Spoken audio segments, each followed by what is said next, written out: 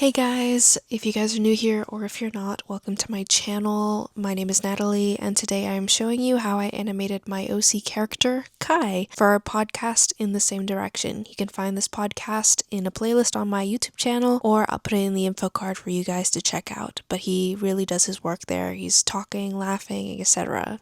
He's doing his thing. He's my creation, but I also took on a few special requests from my boyfriend to make him feel even more personal because Kai is to imitate my boyfriend speaking in the podcast, and the result is something honestly I'm really proud of. But before we dive in, I do want to just say that I'm not using any high-end gear. My iPad is honestly like ages and ages and ages old. I believe I've had it since like middle school, and my setup is super basic.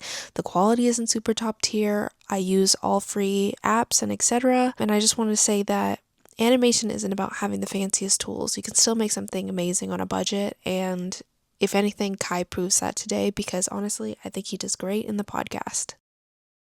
Concept and design. So Kai started as a basic base sketch. In creating Kai, I wanted to base it off of a dog breed that reminded me of my boyfriend because previously we had this conversation about what dog reminds each other of each other, I guess, if that's grammatically correct. His answer for me was that I reminded him if I were personified by a dog, I would be the target dog. I don't remember what breed that is, but I would be the target dog Spot. The breed of dog that reminded me of him was a Saint Bernard. If you've ever been around a Saint Bernard, you know that they're these like big, fluffy bundles of love. They're funny, goofy, and always seem to have this warm, cuddly presence. The kind that always makes you feel safe just by being there.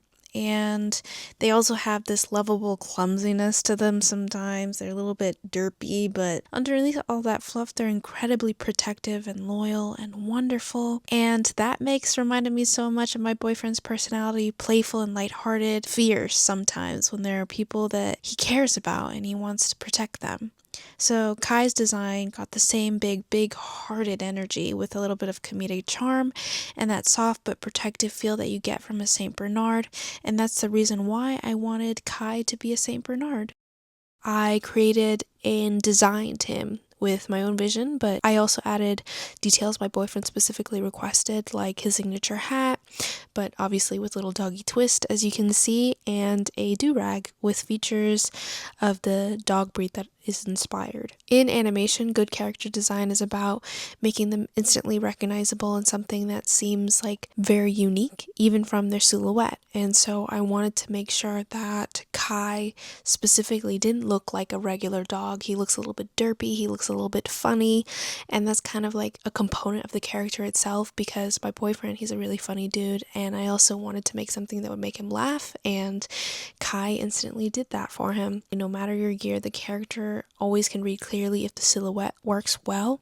So if the basic character isn't super detailed, it's okay because even if the quality of the drawing isn't great, there's still notes that come through. And I put in a lot of effort into these drawings, obviously, but I do want to note that because the quality of my work isn't great, because it's very pixelated, it's hard for me to get the same type of quality as someone who's using a higher end gear or higher end iPad. I did want to keep that in mind just to make use of that sort of like pixelated look on my advantage by making more scratchy, scrapey lines to make fur, stuff like that, without worrying too much about it being perfect. For his color palette, I leaned into what St. Bernards naturally have, which are the rich browns, creamy whites, and the deep chocolate accents. In terms of color theory, let's explain a little bit. Warm browns and soft creams evoke feelings of comfort, stability, and approachability, which Kai's affectionate personality fits. The darker browns around his eyes and the ears add contrast, helping to frame his facial expression so they read clearly, even in smaller animations. The pop of red in his hat creates a focal point, and the red draws the eyes and conveys energy, making his head and expression stand out during the podcast, also to create a contrast for his eyebrows when he raises his eyebrows or moves his little ears. The overall goal was to make him instantly readable as a loving, protective, and slightly goofy character. And honestly, there's no one who can look at this character and not see that. This is a character that you won't be able to help but smile at. and not be able to resist when he's on screen, which honestly, I hope that's true. Frame by frame method. Once the original design and base design was set, I drew small movement adjustment frames for different actions. In this case, I did like talking, laughing, ear twitches, tail swishes by creating slight movements of different motions. So moving his mouth just slightly, laughing by sticking his tongue out, ear twitches just by shifting and shaping the ears like wider or longer, tail swishes by switching the movement of the tails with different drawings of the tail that I created as a separate image on my iPad. And for each individual action, I named them that type of animation. So first I did talking, and in this case I did a frame by frame animation. So this sort of uses the same foundation as using traditional 2D and stop motion.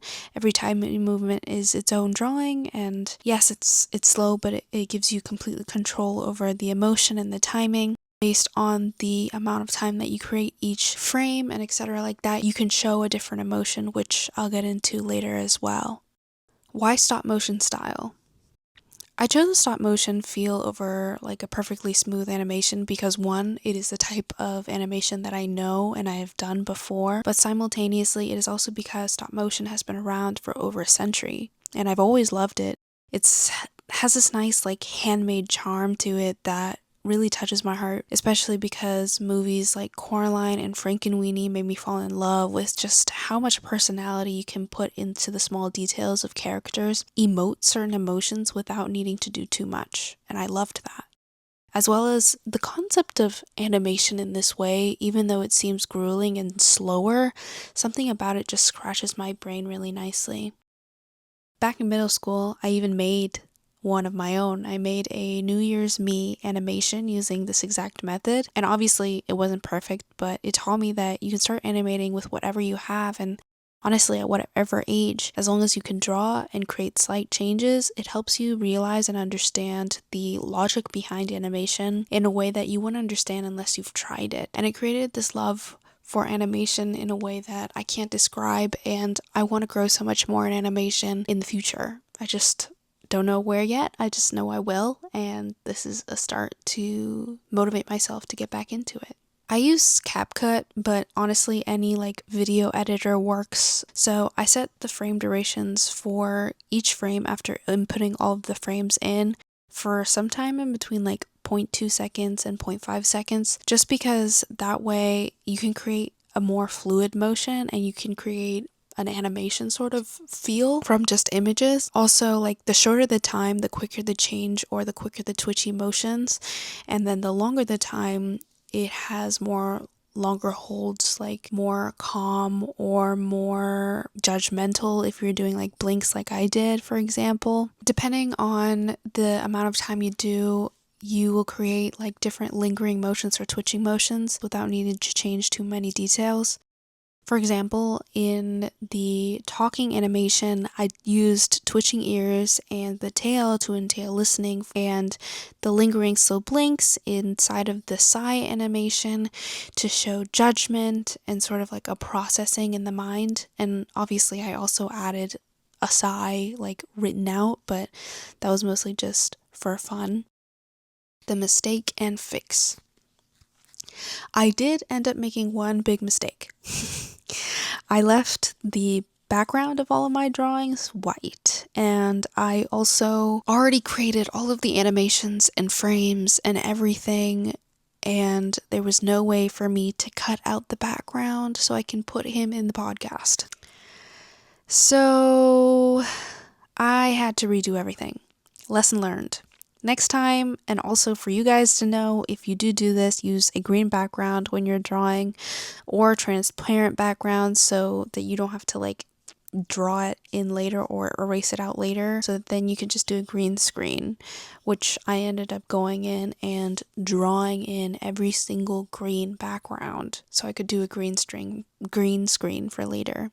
But, I don't have to do this again for the next podcast because I have most of the basic animations done and I can just reuse them, which, thank goodness. Syncing to the podcast.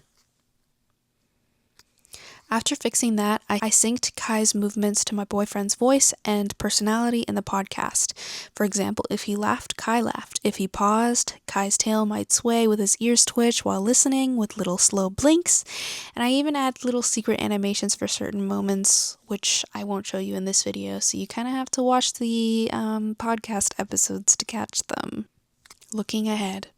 This was such a fun, budget-friendly way to bring my OC to life, and it's got me excited for what's next, if I'm being honest. I've been watching a lot of YouTube videos and doing a lot of research, and also coming up with little ideas in my own head for an OC for me, maybe? Little persona OC of me? I don't know.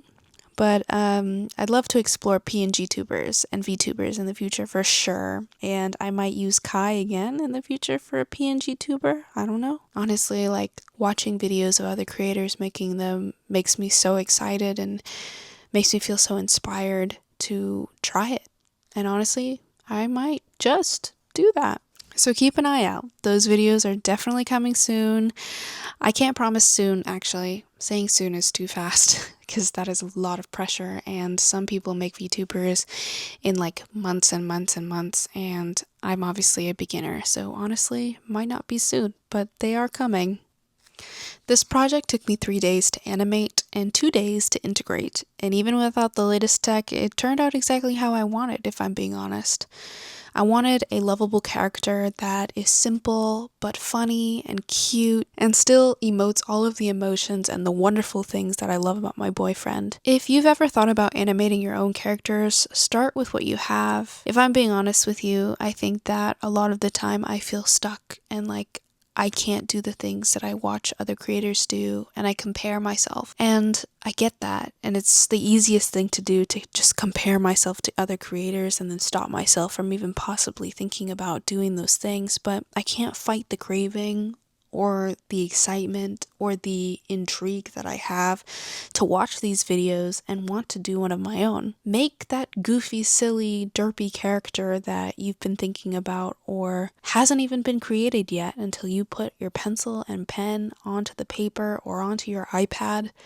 Honestly, just do it. I highly suggest it because you'll come out with someone and something so adorable, just like Kai. And if you want to see Kai in action, check out the In the Same Direction podcast.